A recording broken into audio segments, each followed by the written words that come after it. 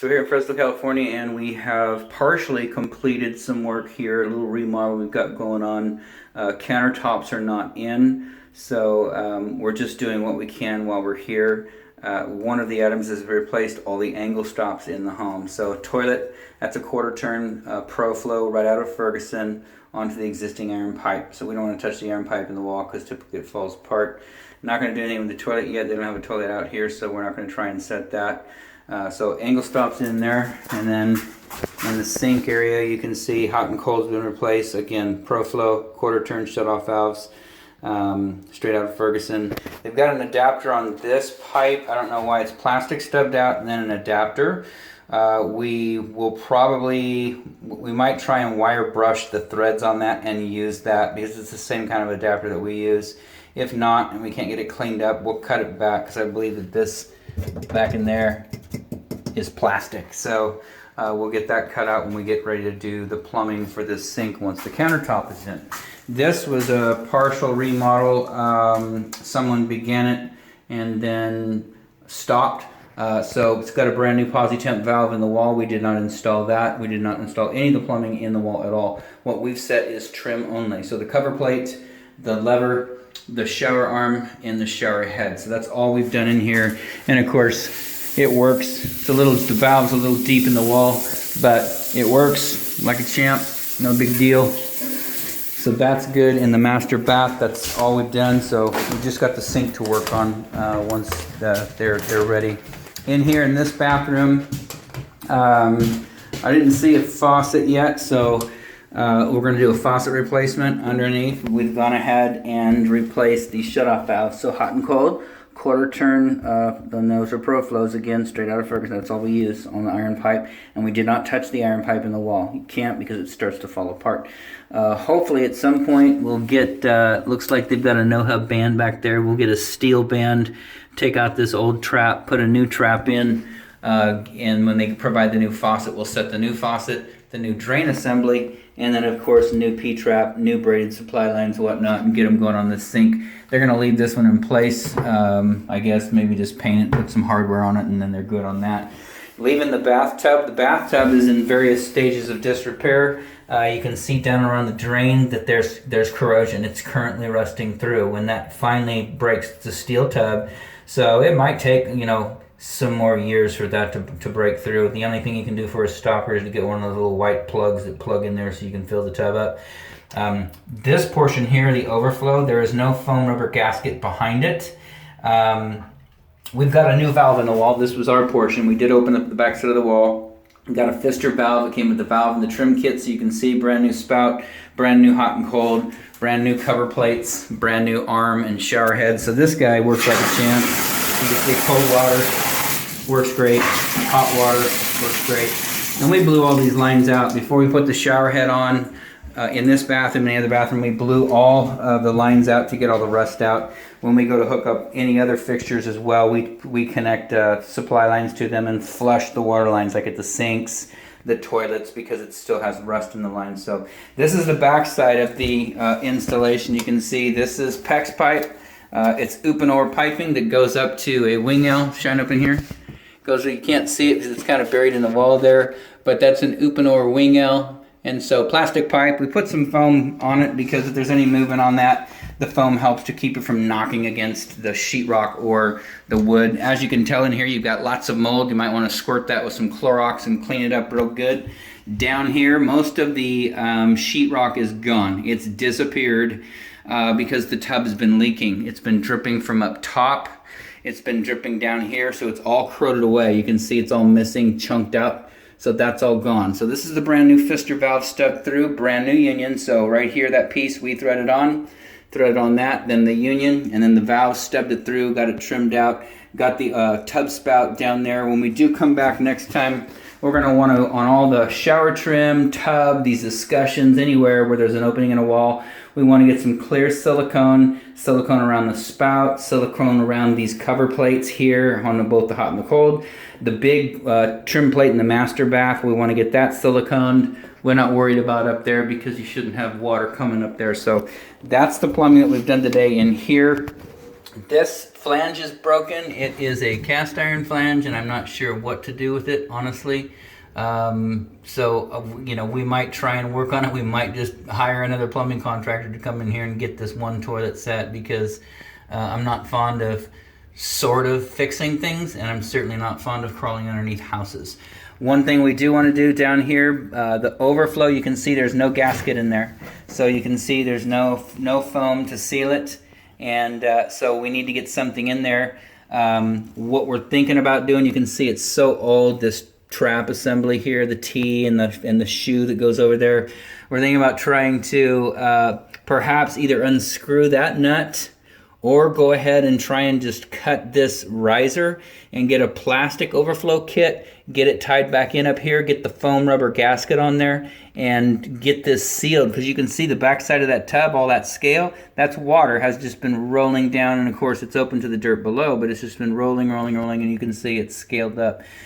We don't want to touch that too much down there. Honestly, I don't want to touch it at all, but that's open. That needs to be fixed before the wall gets closed up. Plus, I'd like you to leave this wall open as long as you possibly can so that we can monitor the piping back here. We want to make sure there's no dripping here, over there, the 90 coming down to the spout. But you can see it's all taped, it's all blocked, everything's good. These are like 3-inch stainless steel screws we've got in here on the blocking, so that's not moving. 3-inch stainless steel screws up top. So everything's good in there in this bathroom. That's the toilet that's going to go back in there. Out here, I went ahead and got the gas valve on. The gas is currently off to the home, so we have not turned it on ever. We have not turned it off ever. It was shut off apparently, you know, when the house was flipped and then sold and whatnot. They shut off the water, they shut off the gas, and that's fine. In here they're going to put a cooktop or a freestanding stove, so we've got that turned in there real tight, and so now they can come in. You just need a 1/2-inch adapter on the bottom. That plug is a safety feature. You can't have a gas, you know, even though the gas is off to the home. Why is this all scraped up? So this is just a safety feature in case someone turns the valve on, you don't have gas flooding out of here. All you need is a 1/2-inch iron pipe adapter to whatever connector you're using. It's probably going to be a 1/2 or a 5/8 OD supply line that'll loop around and come up to whatever fixture you're putting in here, if in fact you're going to use gas. You do have electric right there as well. Then in the kitchen, of course, brand new hot and cold shutoff valves, 1/4 turn pro flows out of Ferguson, iron pipe nipple down there. And so that one we're going to have to, probably what we'll do is we'll get a coupling, galvanized iron pipe coupling, and pipe dope Teflon tape screwed on there, and then go ahead and take a male adapter, ABS male adapter, and thread it into the coupling to get us over to plastic, because what we want to be able to do is take plastic and bring it over here to the new sink and get it plumbed. I'm not sure if it's going to be a single or 2 compartment, don't really know, but whatever it is, we want to tie in with plastic, not that iron pipe that's stubbed out. So this is on as well. Gas valve is on. We did complete the water heater installation the last time we were here. We had not hooked up the gas. That is in now. So gas pipe was stubbed out by Chrissy Marie, ran over into the platform area. Over here, stub up, nice gas valve shut off right there, and then of course that supply line. And you can see it's real tight to the tank. It's all of this piping is sitting basically within the perimeter of this platform we built. So we haven't encroached upon any room that you've got over here for your washer. Right now from the platform you can see you've got about 32, you know. So from this iron pipe that's down there, and that's where it's stubbed out, that's one single piece that's coming out from underneath the home. We can't just unscrew that and move it, so it's in the way. But you can see, even sitting up against that iron pipe, right against it, you've got a full 28 inches. You can see right there, 28. If you look straight up, you're not even into the doorway yet. You might, yeah, so you got a full 28. You got enough room back there. Like I said, once they get the stucco in here, if we might come in and put a flush plug here just so you can get it slid back a little bit further. But I think you got plenty of room here to get your washer in here. So that's done. Everything else is good. Water heater's filled up, but we have not lit it. Gas is off, and we're going to leave it off. I would recommend, there's one thing that we didn't talk about. I would recommend that the home be air tested for the gas line. I know you've got a gas line stubbed out here. You've got a gas line in the kitchen. I don't know. You probably have a gas line to the furnace, which I would imagine is on the roof. Maybe. Nope. Don't see a dual. Yep, it's up there. So you can see the furnace up there. It's got a 1/2-inch gas line. We need to cap that off. We got new valves in the kitchen and the water heater, so we can cap them off or just shut the valves off because they will shut down. If that's the only 3 things, put a gauge on out at the meter, pump this up with air, 10 pounds, 15 minutes at least, to make sure that there's no leaks in the gas line, if you would like to, and that would be an additional cost. So anyways, that's the scope of work today. Outside of that, this installation is done. So we're in Fresno, California. We just finished this bathroom. So starting with the toilet, brand new Kohler toilet out of Home Depot. We picked this up for the homeowner. Not part of the proposal, but we'll bill him for it. It's like $160 out the door, so no big deal. Originally, we had come through and replaced all the angle stops in the home. So both toilets, both lavatory sinks, kitchen sink, and that's it for angle stops. So those are Pro Flows right out of Ferguson. And then, of course, the Fluid Master braided supply line up to the toilet. It's all caulked in, bolted down. The flange feels pretty good. This is an existing wood floor, raised wood floor home, and the subfloor is in pretty bad shape. This one actually had an ABS flange underneath, so I believe it was repiped at some point. It feels pretty secure. We shimmed it, bolted it down. This one's not moving. And so I think, you might have a little bit of movement, but that's not going to be from our installation. That's going to be from just your flange below. We've been under the house, and it's not good, especially the waistline. So, and we're not even going to address that issue. We're not going to talk about it. We're just going to look at the pretty stuff up here. So, you did have another sink. It's sitting there on the floor, stainless steel. It's got some little bolts that stick down. No mounting brackets of any kind. So what we did is, point of courtesy to the homeowner is. We went out and picked up a China sink, porcelain over China, or a porcelain sink over at Home Depot. It's like $40, no big deal. Feel free to reimburse if you would like. If not, don't worry about it. But we wanted something sitting on here that was solid. The hole was extremely overcut. There's only like a 1/4 inch. It only overlapped. This is the same sink, by the way, 19 by 19. 19 by 19. And so they could cut, you can cut it all the way in here. The sink will still fit, but they've got it all the way out here. It's like a 1/4 inch that it's just sitting on granite all the way around. So we made a little mark. You can still see it a little bit here. It's a Sharpie. You'll never notice it unless I pointed it out to you. Same thing back here. You can see the little Sharpie mark right there. And that told us, okay, we're as far left as we can go. We're as far back as we can go. So anyways, full caulking, caulked in, brand new faucet by the homeowner. I believe that's the Delta. And we did go in. We get pretty weird and fussy, and we just don't want it moving around. So what we did is we took some blocking up here. You can see there's like lots of caulked in wood blocking in there. What it is, it's glued to the bottom of the sink, and it's up against granite. And we put it in several locations around the perimeter underneath here. If you were to take a look on, I don't want to flip it over, but it's kind of snotty looking, but we just don't want the sink to move. That's all. We don't want the sink to move. So just a little bit of insurance down there. It's solid. It's caulked in. You can see it's in good shape. Faucet works great. No big deal. So that's looking good. And then of course, this shower was already tiled in. Moen posi-temp valve was roughed in. Drain was roughed in. We didn't do any work to the drain assembly there. Of course, backing up, we did work on the sink down here. You can see shutoff valves, braided supply lines are ours. Tubular P-trap is ours. Tubular extension is ours. The adapter back there that is painted, obviously, not ours. Everything is brand new, belongs to us. In here, the only thing we've done for the homeowner is set the cover plate and the handle or the lever and the shower head. And that works great too. You can see on off. Boom, boom. Real good flow. Nice shower head. And so that's good back here. In the master, in the hall, we had super, super fun. And so sink stayed. Faucet was replaced. It's a Peerless. And it works great like a champ. Give me a light, please. Underneath, same thing as always. We come in and we did and we've already showed you this quote, the shutoff valves, ProFlow, 1/4 turn, straight from Ferguson, braided supply lines, hot and cold. That's all our work. And then what we did, what was existing was a no-hub band back there, which someone used to make a transition from the galvanized iron pipe to plastic. So all we did was cut the plastic and put a 22-degree turn on it, schedule 40, and then the adapter and then our tubular trap. So anything that band and behind it, not ours. That band fails, that's not ours.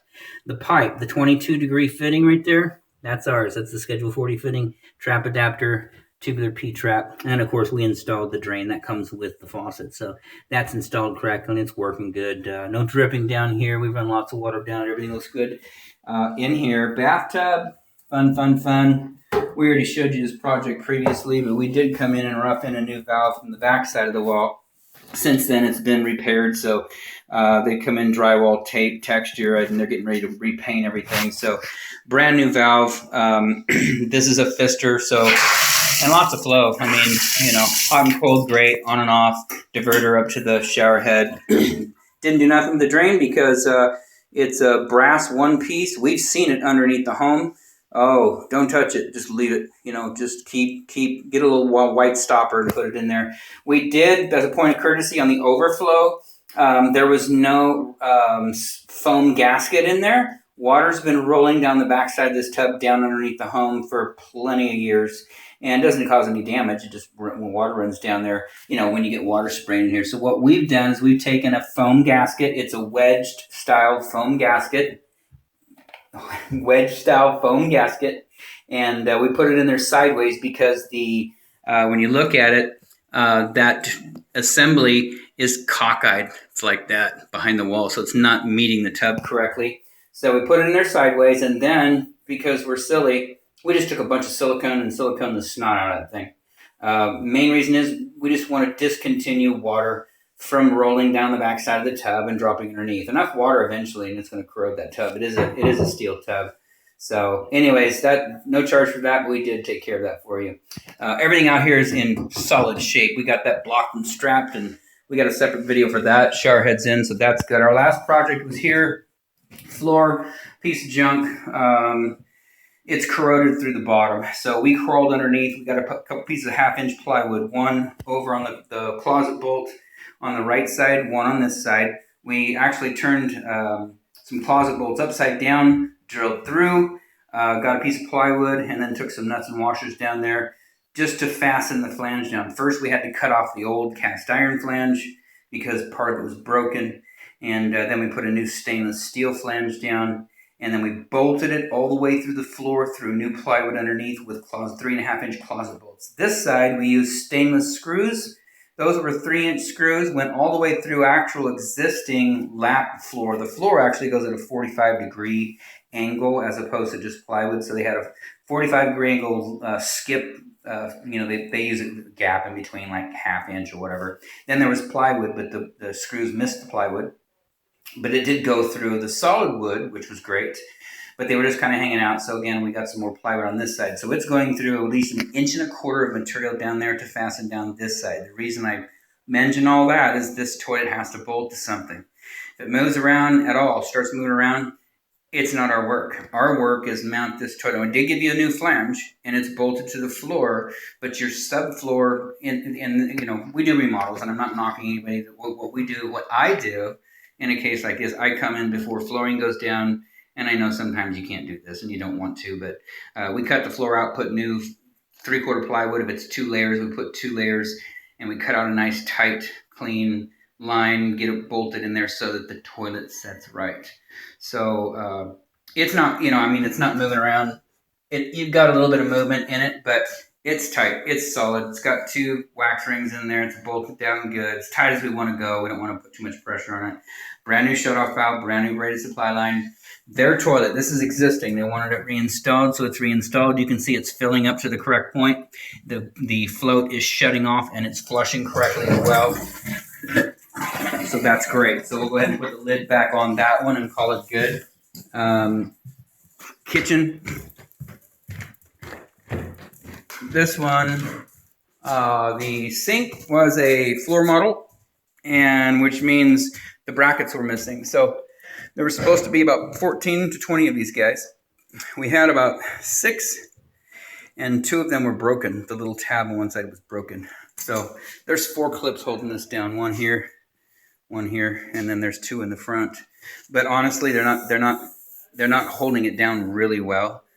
We did our best, and it's glued. I mean, we put, caulking in there, popped it into place. So it's caulked in all the way around, but it's not our favorite installation. These sinks, they have some different, everybody's got a different mounting system, the brackets and the rails that are underneath that they clip into. This one I wasn't particularly fond of, but hopefully, it feels pretty good. It feels pretty solid. I don't think you have a problem with it. So sink provided by the homeowner. Faucet provided by homeowner. The only thing we provided in here is the air gap, hose down there.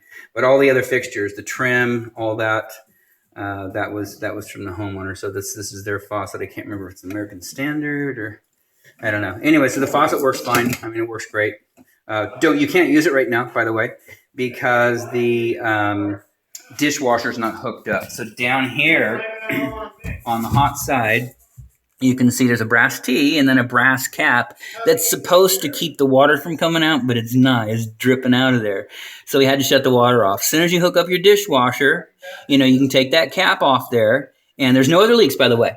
Once we leave here, there's no leaks on the bottom where it connects to the angle stop. There's no leaks on the top where the faucet connects. It's dripping out of that compression cap. It's got Teflon tape on it, but it's just dripping, and I don't want to over tighten it because then it's going to damage the mounting point at the angle stop. So just leave it off till you get your dishwasher in and then turn it on. We've already tested it out, by the way. So everything works in here great. We tested the garbage disposal out. We got new piping over here, tubular P-trap tied in. So it's all good. You just can't use it until you get your dishwasher tied in, okay? So don't turn the water on and start using it because it'll flood pretty quick. We caught it, we were over here testing it out, running water, and then we looked down here and we saw it. So if you do that, you'll damage the bottom of your cabinet. We don't want that because, it's brand new. Get me a rag so we can put it right there underneath where it's still a little bit of water's dripping. So that's all good. Brand new air gaps in. Our side's tied in, which is the 7/8 discharge hose that comes over to here. And the plug is knocked out of the garbage disposal, so it will drain. Garbage disposal by the homeowner. It's an American Standard, like a 1 1/4 horse, something. You could blend margaritas in there, small children, whatever you want. And then the guy doing your appliances, he's going to have to come around this corner back in there and get his connection back up to that air gap, which, is back up in there. There you can see that portion.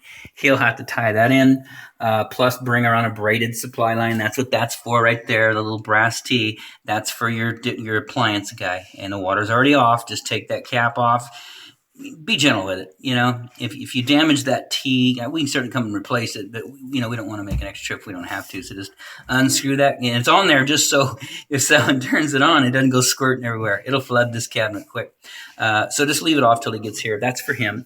So kitchen looks good, faucet looks good, air gaps in, everything is done in here, and then outside. How's it going? Which bathroom's got the soft floor in it? The hall? I'm right in the middle of a video. Could you just a minute? So we've got out here. We've already shown you this. AW box was installed, and it's already been patched. Of course, the owner here, he does stucco, dash repair, drywall, whatever else you ask him to do, paint, and so he's already got this wall patched back in. So it's great. We did ask the homeowner to go ahead and have this drain line snaked out. Just because it's been sitting, there's a lot of debris in there. Additionally, the vent line that goes up through the roof, have a drain cleaning company come out and snake that as well. Because once you start dumping water down here, it's all brand new in here, but once it hits this pipe, if you got a blockage in there at all, it's just going to flood out right there. And also, it'll flood into this wall area right there. So just as a note, and I've already talked to the homeowner about that. So that's installed. That's good. And then here, gas is in. The original gas is down here, so it's piped over right there, up. It's strapped everywhere. It's strapped back there. It's strapped right here, and it is off. Do not light this until you are ready for hot water. Leave it alone. I cannot turn on the gas to the building. It's been off. I see 3, potentially 4 gas lines underneath the home. I know one of them goes to the kitchen. I know another one goes to the furnace on the roof, the dual pack. I know one comes to the water heater. There was either a 4th one or I was mistaking it with a water line. I'm not sure, but I would have PG&E come out, they have a gauge that they put on there. They turn the gas on, and they can tell you if you've got any problems with your main gas lines. We just detect with sniffers the pipe that we install, which is around in here. So that's all that we would do. Everything else, I would have PG&E come and give you the green light. Once they do, turn the gas on while they're here. I know as a point of courtesy, if you ask them, they'll light this water heater for you. It's not a big deal. Furnace has a self-igniter on it, so no worries with that. And of course, they can turn the gas on because we have capped this off for you. Most plumbers will put in a flared valve in here, which has the connector on it already. Unfortunately, PG&E will not turn your gas on unless it's plugged off. So here you can turn this on and no gas comes out, which is great. All you need here is an adapter to go to whatever supply line you're using to go to your stove, and you're done. I think I've covered everything. If I missed anything, I apologize. I've done a couple videos already, but I was trying to go back through and get one more good video of everything once it was completed. That way we can document that, get that video over to you, get your receipt to you. So like I say, we got some soft floors in here in the bathroom. There's some spongy floors as you walk through the hallway too, and they know that. It's a rental, and they're doing the best they can to get this in great shape. And plumbing's done. Appliances go in, and you're good. Got a nice little kitchen, huge backyard. Outside of that, our installation is done.